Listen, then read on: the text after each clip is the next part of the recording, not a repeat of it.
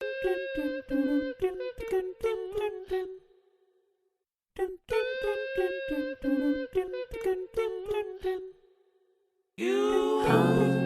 tell me the right thing. Oh, you tell me the right thing. Oh, you tell Hey me y'all, the I'm right back. thing. And I'm not just back on the mic, but I'm back with stories, tea, healing, and a little bit of heartbreak. Welcome to This Isn't That, the show where we unpack the mess with humor, healing, and hot tea straight from the trenches of real life. So here's the thing. Nobody tells you about dating while healing. Like, they don't tell you healing is not this Pinterest perfect journey with herbal teas, journaling at golden hour, and even some smooth jazz playing in the background. Healing is trying not to lash out, even when they leave the cabinet door open, again, for the third time. It's fighting the urge to throw a sandal like your inner auntie is possessed, okay? I'll never forget this day. Rashad and I were having a chill evening, or at least I thought it was chill. And you ever have one of those days where your insides don't match your outside? You look calm, you smell like cocoa butter and lavender, but inside, you're on the verge of a Category 5 emotional hurricane. So we're sitting on the couch, watching some crime documentary, because of course that's what we always are watching. And this man, this beautiful, emotionally available man, says something wild like, "You always got to bring the past up into stuff." Hmm. Now the old me, she would have popped off with the first of all and followed that with a thesis statement, supporting paragraphs, and a conclusion. But healing me took a deep breath. She blinked twice. She almost threw a throw pillow, but instead went and made an iced coffee with extra caramel. So here's what I realized in that very moment. Sometimes people will bump into your healing. It's not always malicious. Sometimes it's clumsy. Sometimes it's reflective. And sometimes they don't even know they've triggered you. And you have to sit with yourself and ask, am I reacting to them or to the ghost of a situation I ain't dealt with yet? And ooh-wee, let me tell you about the time I ghosted myself. I was supposed to journal. I was supposed to meditate. And I was supposed to call my therapist. But what did I do instead? I bought 4 lip glosses, reorganized my skincare shelf, and watched TikToks of couples building fake houses in the woods. Like, come on now. The truth is, healing doesn't disqualify you from dating. It just forces you to do it honestly. You can't fake it. You can't flirt your way out of it. You can't yoni steam away attachment styles. You gotta sit in the discomfort, and sometimes your partner will sit with you. Awkward and unsure, but at least present. And sometimes that's the breakthrough. Dating while healing means learning how to communicate without over-explaining, how to listen without bracing for impact, and how to love without constantly questioning if you're lovable.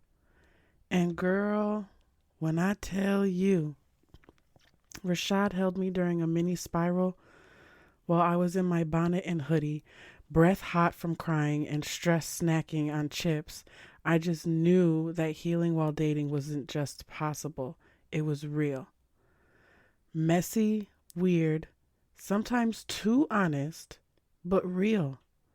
Now look, everybody and their mama online will tell you that self-love is the answer, and it is. Don't get me wrong. But let me be clear. Self-love while healing isn't always pretty. It's not always rose petals and playlists. Sometimes it's telling yourself the truth you've been dodging. Like, girl, he ain't texting you because he don't want to. Not because he's just been busy. Like, come on now. Sometimes it's forcing yourself to eat real food even though you'd rather DoorDash chaos. Sometimes it's letting yourself ugly cry and not posting about it for likes and sympathy. Self-love in the healing phase is inconvenient. It's gritty. It's you versus you at 3 a.m. with swollen eyes and Summer Walker essentials playing in the background. Okay? There was a moment, and I ain't ashamed to share this with y'all, where I sat in the mirror post-retwist, and yes, that retwist meltdown moment was happening, looking like a half-done chia pet, and I had to talk to myself out loud. Like, Alyssa, baby, you deserve gentleness, even from you.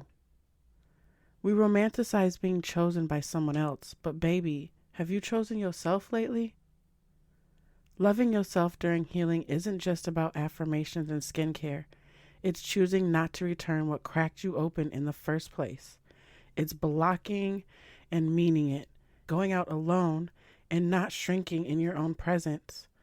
It's waking up, looking at the version of yourself that's still hurting and saying, I got you. Because the truth is, nobody can show up for you better than a version of you who has already decided she's worthy of the soft love, the real love, the unapologetic love from the inside out. This isn't I'm healed, so I'm ready to date. This is I'm healing and I deserve to be loved even in my in-between. This isn't about having it all together. This isn't about performing your progress so people think you are okay. This is about being honest enough to say, I'm still in my process, but I still want partnership. And if that means dating with boundaries, loving with intention, or pausing to pour back into yourself, baby, that is the work. Because this isn't that. This isn't pretending you're okay so you don't scare them off. This isn't rushing to heal so you can be ready for love. This is standing in your truth, messy and miraculous, and saying, I'm not perfect, but I'm real. And I deserve real in return. So sis, whether you're in a relationship, fresh out of one, or dodging what you do in text like Neo in the Matrix, remember this. Healing doesn't make you less dateable. It just makes you more aware. And that awareness, that's power. Keep doing the hard work, heart work. Keep crying in the bathroom and out loud, laughing for 5 minutes later.